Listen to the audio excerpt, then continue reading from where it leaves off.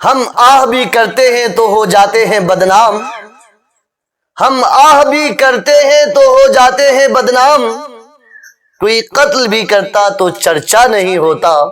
شیشے کی عدالت میں پتھر کی گواہی ہے، شیشے کی عدالت میں پتھر کی گواہی ہے، قاتل ہی محافظ ہے، قاتل ہی سپاہی ہے۔ تمام مسلمانوں کے ذہن میں یہ بات آ رہی ہے کہ مدارس اسلامیہ کا ہی سروے کیوں ہو رہا ہے، مدارس اسلامیہ کا سروے ہو کیوں رہا ہے؟ سرکاری سروے ٹیم مدارس اسلامیہ سے کیا کیا سوال پوچھ رہی ہے، کیا کیا جانکاری اکٹھا کر رہی ہے، اب تک کتنے مدارس کا سروے ہوا ہے، یہ مدارس کیا ہے، مدارس کا ثبوت کیا ہے، مدارس کا ثبوت کہاں سے ہے، مدارس کی فنڈنگ چندہ کہاں سے ہوتا ہے، مدارس میں پڑھنے والے طالب علم کو کیا پڑھایا جاتا ہے، کیا شکشا دی جاتی ہے۔ ایک ایک کر کے میں آج گفتگو کرنے والا ہوں، دل کے کان سے سنیے کہ یہ سروے کیوں ہو رہا ہے۔ 2014 سے اب تک مسلمانوں کو ٹارگیٹ کیا گیا ہے، نشانہ بنایا گیا ہے، بدنام کرنے کی کوشش کی گئی ہے، بدنام کرنے کا حیلہ بہانہ تلاشا گیا ہے۔ ان بہانوں میں سے ایک بہانہ یہ بھی ہے، سروے کر کے مدارس اسلامیہ کو بدنام کرنا چاہتے، اور بالخصوص ان مدارس کو جو پرائیویٹ مدارس ہے، جو گورنمنٹ منظور شدہ نہیں ہے، اس لیے مدارس اسلامیہ کا سروے ہو رہا ہے۔ ایک سوچی سمجھی سازش ہے، یہ ایک تعصبانہ قدم ہے، یوگی حکومت کا یہ غلط رویہ ہے جو ان کی ذہنیت، بیمار ذہنیت کا پتہ دیتی ہے۔ اس پر اگر میں یہ کہوں کہ کیا صرف مسلمانوں کے مدارس کا سروے ہوگا، دیگر لوگوں کے اسکول کالج کا سروے نہیں ہوگا، یہ فیصلہ میں سرکار پر چھوڑتا ہوں۔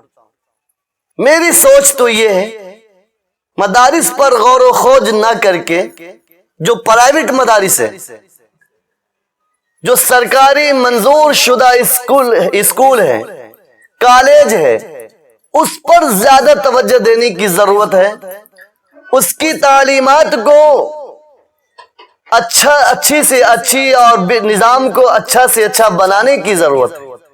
مدارس اسلامیہ میں کیا سوال کیا گیا ہے، کیا پوچھا گیا ہے، وہ ابھی آپ کے سامنے اسکرین پر اس شاٹ دکھا دیا جائے گا۔ تقریباً 12 سوالات ہیں جن کا اہل مدارس کو جواب دینا ہوگا،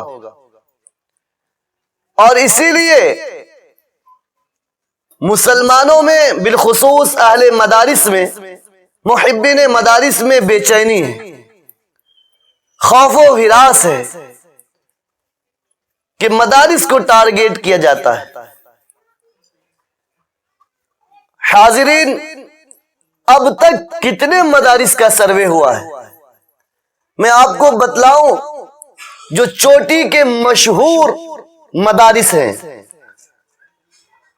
ان میں دارالعلوم ندوۃ العلماء ہندوستان نہیں بلکہ بیرون ملک پر جانا پہچانا شناخت یافتہ مدارس میں سے ایک ہے۔ اس کی خدمت، اس کی تعلیم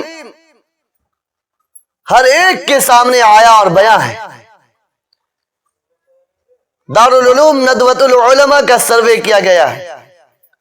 جب سرکاری ٹیم دارالعلوم ندوۃ العلماء پہنچی اور ندوۃ العلماء کے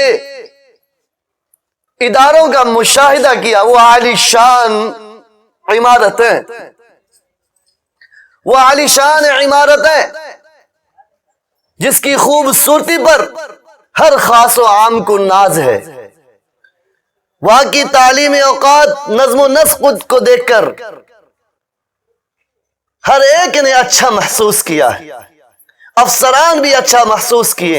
ایسے ہی مشہور ادارہ دارالعلوم زکریا دیوبند کا سروے ہوا۔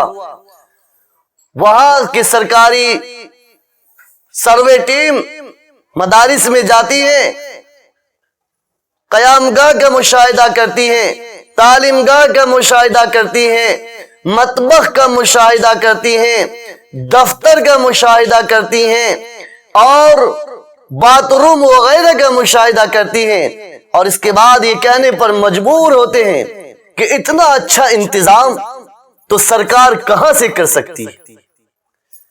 سروے ٹیم خود یہ کہنے پر مجبور ہو جاتی۔ ایسے ہی مدرسہ اسلامیہ عربیہ جامع مسجد امروہہ میں جب سرکاری ٹیم پہنچتی ہے اور وہاں کے حسن تدبیر کو دیکھتی ہے، وہاں کے نظام الاوقات کو دیکھتی ہے اور مہمان نوازی کو دیکھتی ہے اور مختصر سا خطبہ سماعت کرتی ہے، جس خطبے میں یہ کہا گیا کہ مدارس نے جنگ آزادی میں کیا رول ادا کیا، مدارس کے جیالوں نے، مدارس کے سپوتوں نے جنگ آزادی میں اہم نمایاں کردار ادا کیا۔ وہاں کی ٹیم، وہ ٹیم بھی مدارس سے خوب اچھی تاثرات پیش کر کے گئی۔ ایسے ہی فیض العلوم مرزا پور، فیضان رحیمی مرزا پور، مصباح العلوم مرزا پور اور بہت سے مدارس ایسے ہیں جس کا سروے ہو رہا ہے۔ میرا سوال یہ ہے کہ کیا صرف مسلمانوں کے ہی مدارس کا سروے ہوگا؟ میری یہ بات وہاں تک پہنچنی چاہیے جسے میں پہنچانا چاہتا ہوں۔ اب یہ جانیے کہ مدارس اسلامیہ کیا ہے۔ مدارس اسلامیہ ہم ایمان والوں کے لیے رسول اللہ کا گھر ہے۔ کیا ہے؟ رسول اللہ کا گھر ہے۔ مساجد اللہ کا گھر ہے اور مدارس رسول اللہ کا گھر ہے۔ مدارس کا ثبوت کہاں سے ہے؟ مسلمان اہل اسلام مدارس کیوں بناتے ہیں؟ مدارس کا ثبوت اللہ تبارک و تعالی کے قرآن مقدس سے ہے۔ قرآن مقدس سے ہے، اس معنی کر وَعَلَّمَ آدَمَ الْأَسْمَاءَ كُلَّهَا، حضرت آدم علیہ نبینا علیہ السلام کو اللہ تبارک و تعالی نے آسمان پر سب سے پہلے علم عطا کیا، اور اسی علم کی اہمیت، افادیت اور فضیلت اور عظمت اور شان و شوکت کو بتلانے کے لیے فرشتوں سے کہا کہ تم آدم کو سجدہ کرو، اور فرشتوں نے سجدہ کیا۔ اس لیے حضرت آدم کو علم دینا اس بات کی بین دلیل ہے کہ آسمان پر پہلے مدارس بنایا گیا۔ مدارس میں علم دیا جاتا ہے، تعلیم دی جاتی ہے، پڑھایا لکھایا جاتا ہے، بچے کو آراستہ کیا جاتا ہے، مزین کیا جاتا ہے۔ اور ہم جس نبی کے امت ہیں، محمد الرسول اللہ صلی اللہ تعالی علیہ وسلم، جب مدینہ المنورہ تشریف لائے، آپ نے مسجد نبوی کی تعمیر فرمائی اور ساتھ میں ایک چبوترا بھی بنایا، صفہ۔ چبوترے کو کہا جاتا ہے صفہ۔ اس پر اصحاب رسول، اصحاب صفہ رہائش کیا کرتے تھے، رہا کرتے تھے اور تعلیم حاصل کیا کرتے تھے۔ تو پتہ یہ چلتا ہے کہ اللہ تبارک و تعالی حضرت آدم کو تعلیم دیتے ہیں اور محمد الرسول اللہ کے گھر کے ساتھ ساتھ رسول اللہ کا گھر بھی بناتے ہیں، مدرسہ بھی بناتے ہیں تعلیم کے لیے۔ اور ہم سب ایمان والے محمد الرسول اللہ صلی اللہ تعالی علیہ وسلم کی سنتوں کو، طور طریق کو اپنانے والے ہیں، اور اپنی جان سے زیادہ ان سے محبت کرتے ہیں. اس لیے ہم پورے ہندوستان میں نہیں بلکہ دنیا کے ہر خطے میں مدارس کا قیام چاہتے ہیں. مدارس کا فنڈنگ کہاں سے ہوتا ہے؟ مدارس چلتا کیسے ہے؟ تو مدارس چلایا جاتا ہے زکوٰۃ، فطرہ، صدقہ، خیرات، تعاون سے، امداد سے. چونکہ اس میں پڑھنے والے اکثر مسکین، یتیم، غریب بچے ہوتے ہیں. ان بچوں پر زکوٰۃ، فطرہ، صدقہ خرچ کیا جاتا ہے. امداد کا پیسہ مدرسے کے دوسری ضروریات میں لگایا جاتا ہے. اور آپ مشاہدہ کریں دارالعلوم دیوبند کا، آپ معائنہ کریں ندوۃ العلماء کا، آپ معائنہ کریں مظاہر علوم جدید کا، آپ مشاہدہ کریں مظاہر علوم قدیم کا، آپ کی آنکھیں پھٹی کی پھٹی رہ جائے گی. اتنی خوبصورت محل، اتنی خوبصورت عمارتیں کہ آپ کا دل جیت لے گی. آپ کو بتاؤں اس کو کیوں سینچا گیا، کیوں مزین کیا گیا؟ کہ جیسے عمارت کو مزین کیا جاتا ہے ایسے ہی بچوں کی تربیت کی جاتی ہے، بچوں کی رہائش گاہ کو سنوارا جاتا ہے، بچوں کو مزین کیا جاتا ہے. بچوں کے اندر اچھے اخلاق، بچوں کے اندر اچھے کردار، طالب علم کے اندر بڑوں کے اخلاق، بڑوں کے ساتھ ادب کا، چھوٹوں کے ساتھ احترام کا سبق دیا جاتا ہے. مدارس کے اندر بچوں کے مستقبل کو روشن کیا جاتا ہے، بچوں کو سنوارا جاتا ہے. ایک پتھر کی بھی تقدیر بدل سکتی ہے، شرط ہے کہ اسے سلیقے سے سنوارا جائے، شرط ہے کہ اسے سلیقے سے تراشا جائے.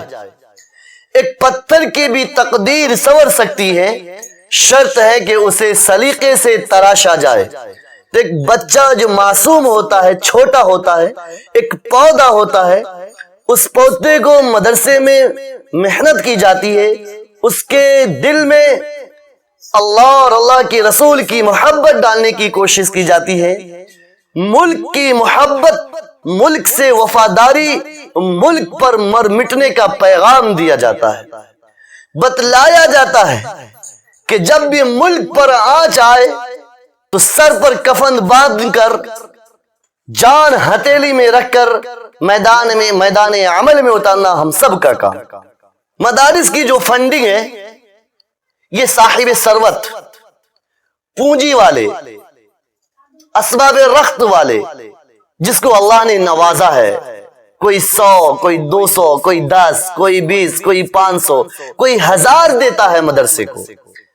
اور یہ اسلام کا نظام ہے زکوٰۃ، فطرہ، صدقہ کہ نکالو اور غربا، مسکین، یتیم، فقیر کی پرورش کرو.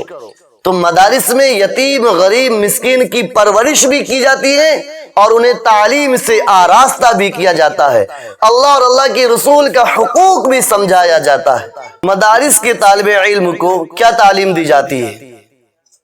اولاً نظام تعلیم یہ ہوتا ہے جب ابتدائی درجات میں ہوتے ہیں، مثلاً حفظ کے سال میں، اور فارسی اول دوم سوم چہارم تک عصری اور دینی دونوں تعلیم سے آراستہ کیا جاتا ہے تاکہ مدارس کے بچے کسی بھی میدان میں پیچھے نہ رہیں. اور یہی وجہ ہے کہ بروقت جو بھی مدارس کے خلاف، اسلام کے خلاف بولتا ہے اس کو دندان شکن جواب دینے کا کام مدارس والے کرتے ہیں. انگلیاں چبانے پر مجبور مدارس والے کرتے ہیں. جو بڑے جوش اور جذبے کے ساتھ آتے ہیں اس کو زوال میں اتارنے کا کام مدارس والے کرتے ہیں. تو وہاں ایمان کو ٹھوس بھی کیا جاتا ہے، اللہ سے ربط بھی بنایا جاتا ہے اور عصری تعلیم بھی دی جاتی ہے. ہاں، جب جیسے جیسے بچے درجات میں بڑے ہو جاتے ہیں، ششم، ہفتم، ہشتم کے سال میں جاتے ہیں تو زیادہ تر فقہ کی کتابیں اور حدیث کی کتابیں، مسائل کی کتابیں زیادہ تر دی جاتی ہیں تاکہ بچوں کو اپنے اسلامی معلومات میں، مسائل میں پوری واقفیت ہو اور پورا ایک جڑ مضبوط ہو۔ اولاً دین و دنیا دونوں کی تعلیم دی جاتی ہے، ثانیاً دوسرے پہلو پر 1-2 سال تاکہ بچے کے اندر اللہ کا خوف پیدا ہو، رسول اللہ کی محبت پیدا ہو، ایسی تعلیم دی جاتی ہے کہ آخرت کو ترجیح دے دنیا پر، دنیا کو آخرت پر ترجیح دے۔ یہ مدارس میں تعلیم نہیں دی جاتی ہے۔ مثلا کوئی والدین کے حقوق کو نہیں سمجھتا اور اہل مدارس کے طالب علم والدین کے حقوق کو سمجھتا بھی اور ادا بھی کرتا۔ ہم آہ بھی کرتے ہیں تو ہو جاتے ہیں بدنام، ہم آہ بھی کرتے ہیں تو ہو جاتے ہیں بدنام، کوئی قتل بھی کرتا تو چرچا نہیں ہوتا، شیشے کی عدالت میں پتھر کی گواہی ہے، شیشے کی عدالت میں پتھر کی گواہی ہے، قاتل ہی محافظ ہے، قاتل ہی سپاہی ہے۔ مدارس اسلامیہ کا جنگ آزادی میں کیا رول رہا ہے؟ مدارس اسلامیہ کا جنگ آزادی میں اہم کردار ادا کیا ہے، نہایت ہی اہم کردار ادا کیا ہے مدارس اسلامیہ نے، چونکہ جس جنگ کا حوالہ دیں اس کے سرخیل اور سربراہ اور سرغنہ انہی مدارس میں پڑھنے پڑھانے والے ہوتے ہیں۔ ہندوستان کی تاریخ اٹھا کر دیکھیں اور انصاف اور سچ کی نگاہ سے دیکھیں، آپ کو علم ہو جائے گا کہ مدارس نے اس ملک کو آزاد کرانے کے لیے کیا رول ادا کیا۔ اس لیے مدارس کا ہونا نہایت ضروری ہے، وقت کی اہم ترین ضرورت ہے۔ مالٹا کے جیل سے کالا پانی کی سزا بھگت کر شیخ الہند محمود حسن دیوبندی رحمہ اللہ جب تشریف لائے تو آپ نے ساری امت کو 1-2 پیغام دی۔ آپ نے فرمایا تھا کہ پورے مدارس میں، پورے ملک میں مدارس کا جال بچھا دینا چاہیے، قرآن سے لوگوں کو وابستہ کرنا چاہیے، قرآن سے لوگوں کو جوڑنا چاہیے، اور یہ مدارس اور مکاتب ہی قرآن سے لوگوں کو جوڑ سکتے ہیں۔ دوسرا فرمایا تھا آپ نے کہ آپ سے اختلافات کو اٹھا کر بالائے طاق رکھ دینا چاہیے۔ ہم جو گروہ، جماعت، مسلک میں بٹ گئے ہیں، ہمارے اندر جو نا اتفاقیاں پیدا ہو گئی ہے، اس سے غیروں نے بہت زیادہ فائدہ اٹھایا۔ اس لیے اس پر بھی عمل کرنا ہے کہ پورے ملک کے چپے چپے اور خطے خطے پر مدارس کا قیام نہایت ضروری ہے۔ کوئی ہمارے مدارس کی طرف انگشت اٹھائے، سروے کرے، ہمارے مدارس کو بدنام کرے، میں اہل اسلام اور اہل ایمان سے گزارش کرنا چاہوں گا کہ آپ اپنے مشن میں لگے رہیے۔ یہ مدارس آپ کے ایمان کی تحفظ کی حیثیت رکھتا ہے۔ انہی مدارس سے نکلنے والے